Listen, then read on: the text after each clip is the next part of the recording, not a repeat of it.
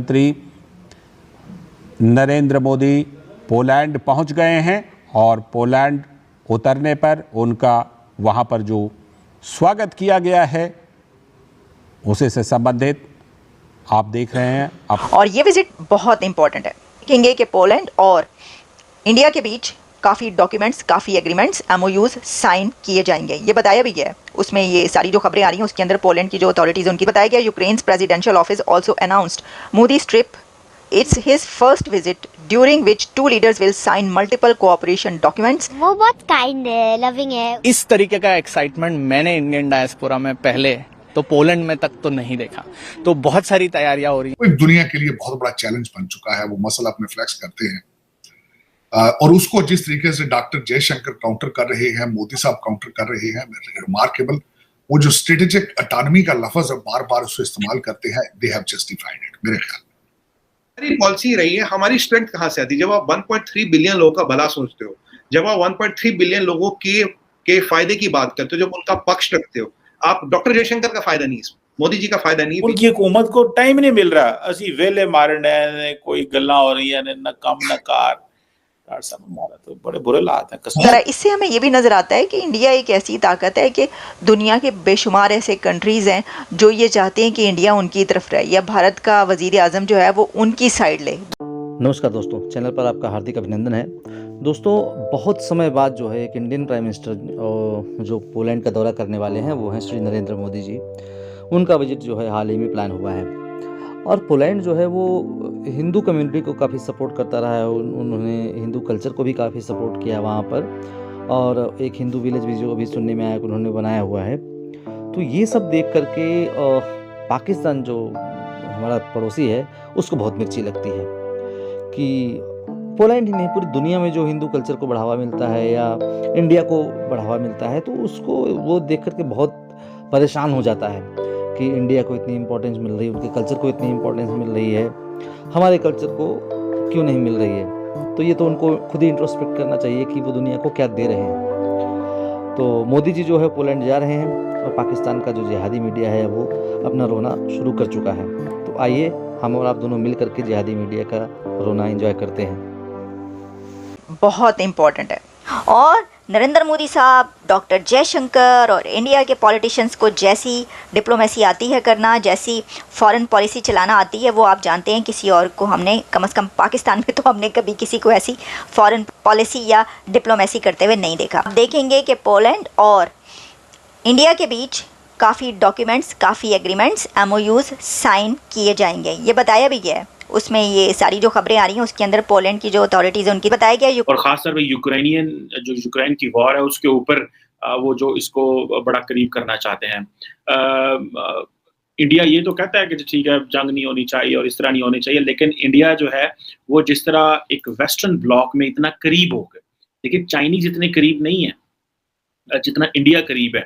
इतने करीब होके जाहिर बात है वो जो काम कर रहे हैं, जो कि मैं समझता हूँ कि बहुत बड़ी उनकी कामयाबी है कि वो ब्रिक्स में भी थे, वो high level global dialogue on development जिसको चाइना इनिशिएट कर रहा है। अब चाइना और इंडिया के मामला बताने की जरूरत तो नहीं है ना मुझे कि उनके आपस में क्या मामला है, either in terms of security और इकोनॉमी। अक्सर मैं उस प्लेटफॉर्म पे बात करता रहता हूँ।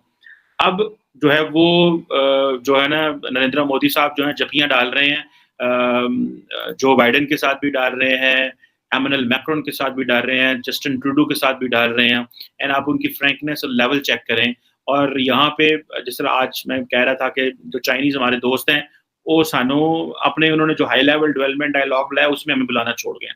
सो कश्मीर कहाँ पे रह गया, डायलॉग कहाँ पे रह गए, चीज़ें कहाँ पे रह गई। ये बहुत बड़े पैमाने पे जो पाकिस्तान को जैसे डीप थिंकिंग है ना वो करने की जरूरत है। This is what I believe in. अब इसीलिए फॉरेन मिनिस्टर बिलावल ने कहा था कि we are deeply disengage with the world.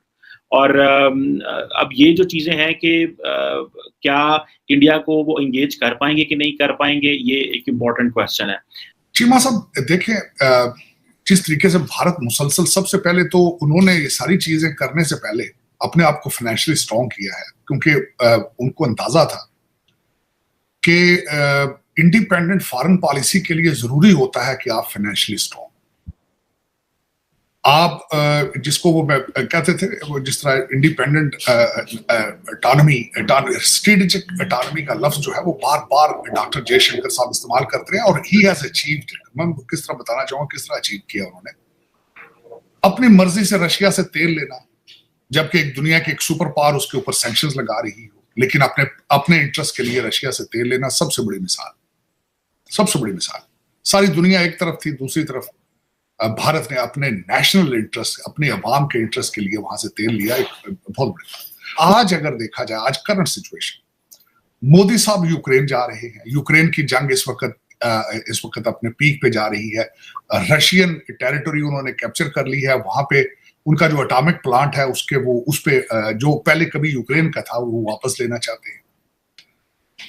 In circumstances में उनका यूक्रेन जाना, उसके बाद आपने बताया कि जापान के फॉरेन मिनिस्टर और उनके डिफेंस मिनिस्टर्स इन इंडिया, उसके बाद मलेशिया के Anwar Ibrahim is in India, और उसके बाद जो अभी रिसेंट में देख रहा हूं कि वहां के जो डिफेंस मिनिस्टर हैं राजनाथ साहब, he is coming to America.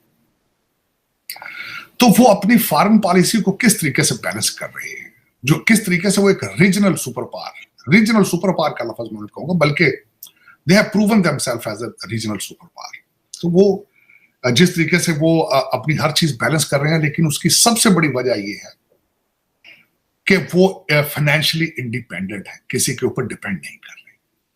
दूसरा उनका जो डायस्पोरा है, मैंने उनको डायस्पोरा कहना छोड़ दिया है, टेक्नोक्रेट्स कहता हूं। उनके टेक्नोक्रेट्स पूरी दुनिया के ऊपर जाके अपना नाम बनवा रहे हैं।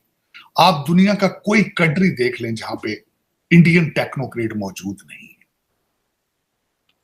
आर्टिफिशियल इंटेलिजेंस के ऊपर उनकी मास्टरी अब फ्यूचर में आएगी, वो एक नया रंग दिखाएगी, वे भी आपको देखने वाली बात है। कि पाकिस्तान और इंडिया जो थे, अमेरिका प्रेशर डालता था इंडिया के ऊपर, और पाकिस्तान और इंडिया जो थे वो बैठ जाते थे डायलॉग करने के लिए कश्मीर के ऊपर।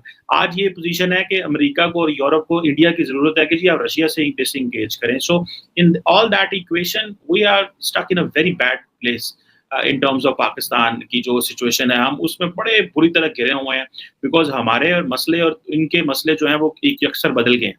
हमारा मसला जो है वो अब कश्मीर नहीं रहा, हमारा मसला अपनी सर्वाइवल रहा है।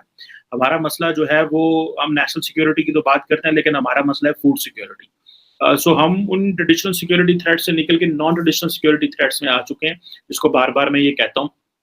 और इसमें आप देखें कि जापान जैसा मुल्क जिसके पाकिस्तान से बहुत अच्छे ताल्लुकात थे, वो भी इंडिया के कहने पे उन्होंने जो रिसेंटली जो जापानीज प्राइम मिनिस्टर किशिदा आए थे, तो उन्होंने जो है वो जो ज्वाइंट कम्युनिके इंडिया और जापान का दिया, उसमें उन्होंने वही जुबान बोली और वही कहा जो इंडियन उसको कह रहे थे।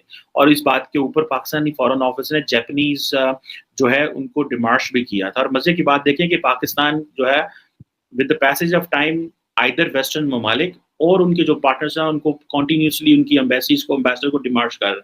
मिसाल के तौर पर जापानीज को हमने डिमार्श किया for using the Indian language and for the joint communique. Americans को हमने वो इमरान खान साहब की वजह से कर दिया।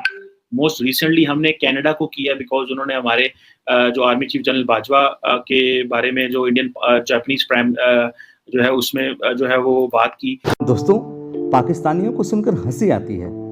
कहाँ से आते हैं ऐसे लोग? ऐसा लगता है ये लोग हमारे गोले के नहीं हैं, किसी और गोले से आए हैं। कितने तेजस्वी हैं ये लोग।